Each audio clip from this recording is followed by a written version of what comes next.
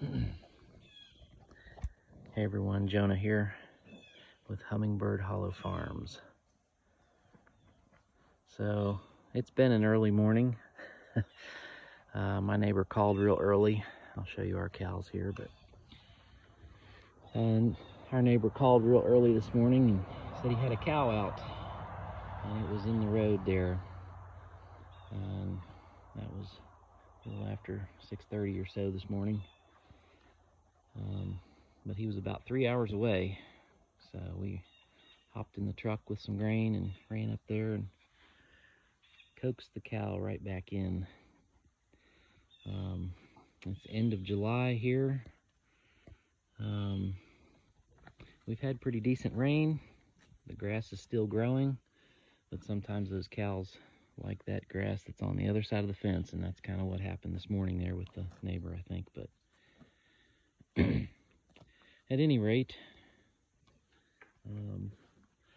we moved our cows to a better pasture here, and they're enjoying the grass. I think they're trying to get away from the flies here too. They're just relentless, those flies. They're just everywhere, but they're enjoying some fresh grass. The grass was getting pretty short in the field I had them in, so we'll get a few rains. The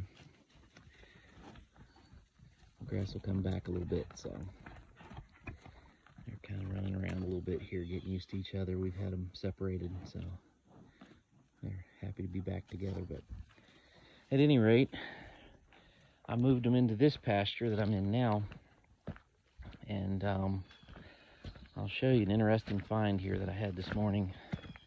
It has to do with electric fences and lightning strikes. It was about 3 weeks ago. We had a lightning strike just right on top of us. I mean, my house is 600 yards from here, maybe. Excuse me. And it was just right overhead. I remember the bolt. I was out in the front yard, and I thought, ooh, that was close. And the bolt kind of went over my head and behind me, and then in front of me I saw a side bolt come out and hit close to my house there. But we're here in kind of a pine patch, and there used to be fence here all along here. You can kind of see the insulators. Here's one on the ground, just burn marks. This poly cord is just, if I can get it to focus, is burnt to a crisp all along here. I mean, it just blew that insulator right off the tree. But it just kind of has a burn look to it, and you can actually see the plastic is melted. And it's all along here. About it's a good 100 feet or so. The line is just like this. So it wasn't, I don't think it was a direct hit right on the fence itself, because the fence is still on. I've got a Paramac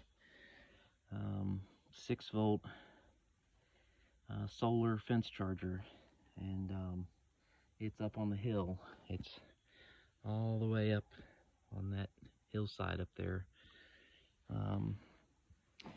So fortunately, the fence charger's still working, because it's still putting out electricity. I can't feel it in this line because it's just burnt. I mean, the metal is even gone. I don't even see the metal in this line anymore. It just melted, just evaporated. Power and electricity. But if you'll notice, there is splintered wood everywhere. It's just laying laying all over. And I found the tree that it hit. It's right up here. And it's really not, it's not a very big tree.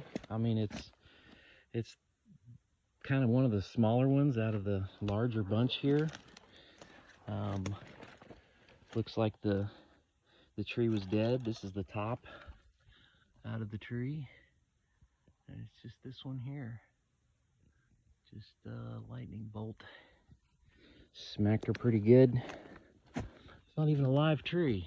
Well, no, I guess there's a little bit of green, what is left of green in the top of it. We could bring it down and get a closer look here. But that's just the power of electricity. Just ripped the bark right off of it there with that super hot energy. Just, it's like it just boiled the sap. That's pretty cool. Boiled the sap right out of the tree, and that's what blows the bark off the sides. But at any rate, since I'm moving cows around, I gotta fix the fence here and pick up the pieces, so to speak. But shout out to Paramac for their awesome fence chargers. I do have it grounded pretty good. It's